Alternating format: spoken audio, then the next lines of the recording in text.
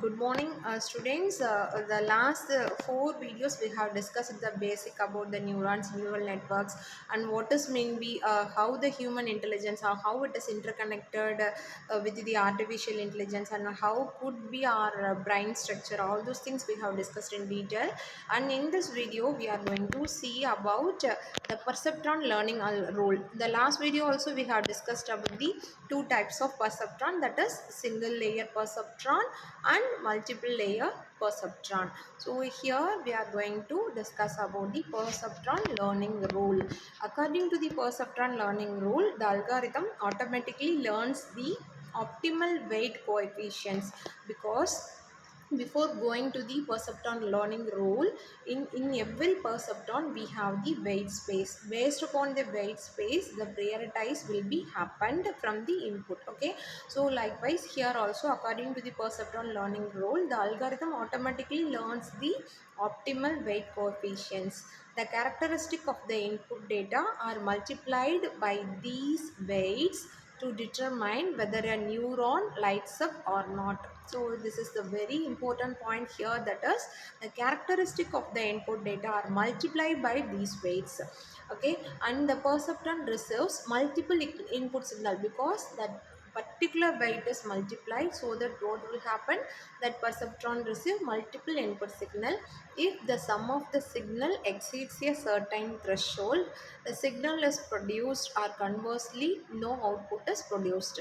So if we will fix a threshold level, whatever may be the case, that must be a threshold level, so that we can aggregate the case. Okay, here also, if the sum of the signal exceeds a certain threshold, a signal is produced, or conversely no output is produced.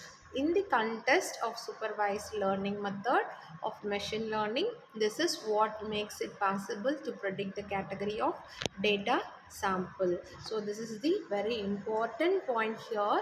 Supervised learning method of machine learning, this is what makes it possible to predict the category of data sample. When coming to the perceptron learning rule, we can see the image of the perceptron. So we are having the input sequence like x1, x2, and etc., and weight space w1 in with the representation of w weight. It is in the notation is given, and also the summation, that is activation function, we have here summation, and then activation function we are used the step function, either it may be a 0 or 1. Likewise the output will be we will get the output. Okay, so these things we have explained in the last video itself. And now the perceptron learning rule, the function of the perceptron, how to interpret the result, in reality how it will interpret the result. In the case, the perceptron is a mathematical function. The input data x is multiplied by the weight coefficient w, the result is a value. So this is how you can see here, w naught of t is equal to theta, that is multiplied. The result is a value. Perceptron and neural networks. In short, a neural network is a set of interconnected perceptrons. Its operation is based on multiple operations between two important components, the input and the weight.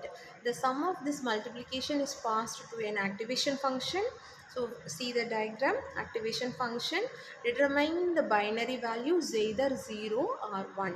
So the summation symbol, summation shows the sum of the input and weight space, and it will go to the activation function and determining the binary value, either it may be a 0 or 1. This is what allows the data to be classified.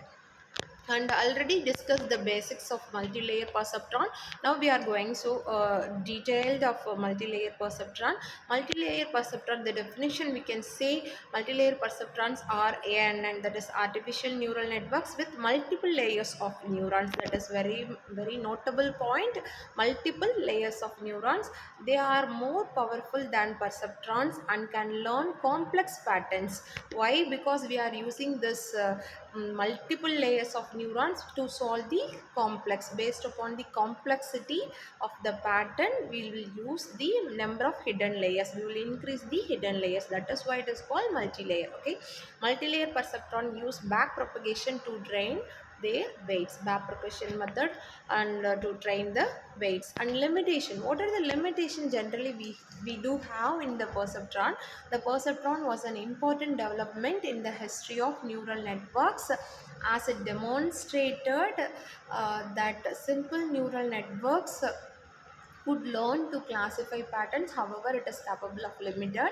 And coming to the second limitation, the perceptron model has some limitations that can make it unsuitable for certain types of problems. And coming to the third point, it is limited to linearly separable problems. And the fourth one, it is very important, convergence issues with non-separable data.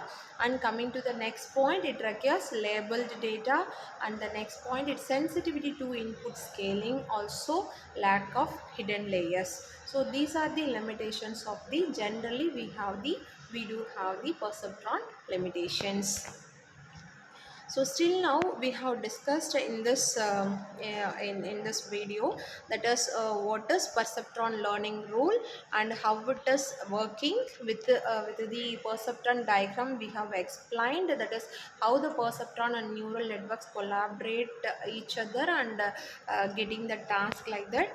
And finally, multi-layer perceptron diagram, we can see the image, that is input value, layer 1 hidden layer, and layer 2 layer 4. So we have 3 hidden layers here, and also output, and SOC we can have that target variable. Okay, so this is how the multi-layer perceptron is there, and some limitations of the perceptron. So we have the 7 points in coming to the limitation.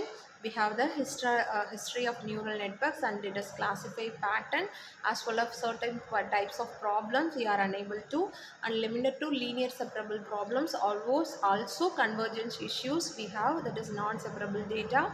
And always we need require label data. Without labeling we are unable to proceed that much fast as much. Okay, and sensitive to input scaling, also lack of hidden layers. So these are the limitation of the perceptrons. And thank you for your passion listening on this video.